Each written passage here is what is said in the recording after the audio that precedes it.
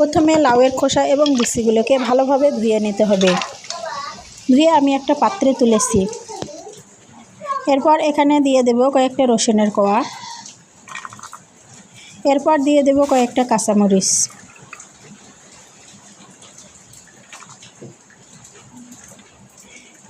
এরপর কিছুটা হলুদ দিয়ে দেব। এরপর দিয়ে দেব স্বাদমতো লবণ।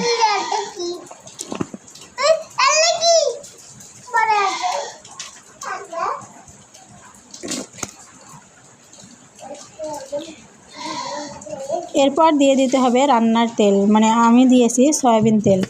এরপর পাত্রে করে চুলার উপরে দিয়ে সিদ্ধ করে নিতে হবে। সিদ্ধ হয়ে গেলে একটু ভেজে নিতে হবে।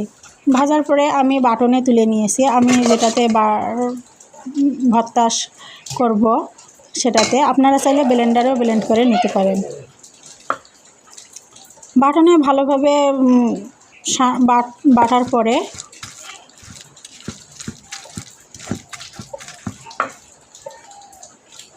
এখানে একটা পেঁয়াজ কুচি কুচি করে কেটে দিয়েছি, মানে যেভাবে ভর্তায় দেয় ওইভাবে দেওয়ার পরে দেখুন কত সুন্দর ভর্তার কালারটা হয়েছে। এরপর আমি বাটিতে তুলে নেব।